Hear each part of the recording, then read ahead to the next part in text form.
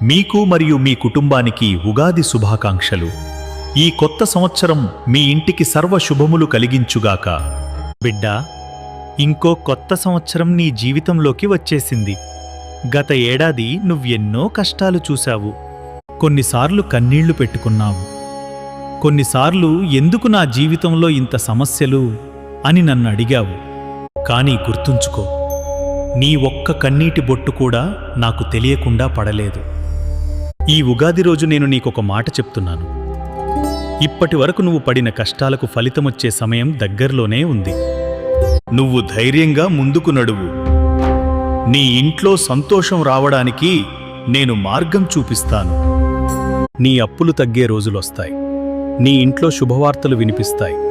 నీ మనసులో ఉన్న కోరికలు నెరవేరే సమయం దగ్గర పడుతోంది.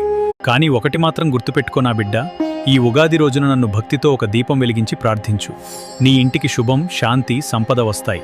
ఉగాది రోజు ఉదయం బ్రహ్మముహూర్తంలో లేవాలి. తలస్నానం చేసి ఇంటి ముందు ముగ్గు వేయాలి. దేవుడికి దీపం వెలిగించి పచ్చడి నైవేద్యం పెట్టాలి.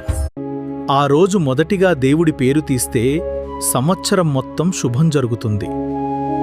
పచ్చడిలో 6 రుచులుంటాయి. తీపిదెం సంతోషం, చేడు బాధ, పులుపు ఆశ్చర్యం, కారం కోపం, ఉప్పు భయం, వగరు అనుభవం. మన జీవితంలో ఇవన్నీ ఉంటాయి అని గుర్తు చేయడానికి ఉగాది పచ్చడి తింటారు. ఆస్వాదించు, ఆశీస్సులు పొందు.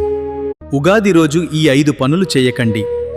ఆలస్యంగా లేవకండి, గొడవ పడకండి, చెడు మాటలు మాట్లాడకండి, ఏడవకండి, దేవుడిని ప్రార్థించకుండా రోజు ప్రారంభించకండి. ఇలా చేస్తే సంవత్సరం మొత్తం పాజిటివ్గా ఉంటుంది.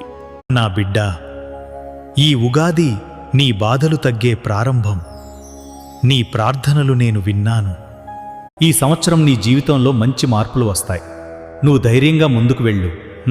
నా ఆశీర్వాదం ఎప్పుడూ నీతోనే ఉంటుంది.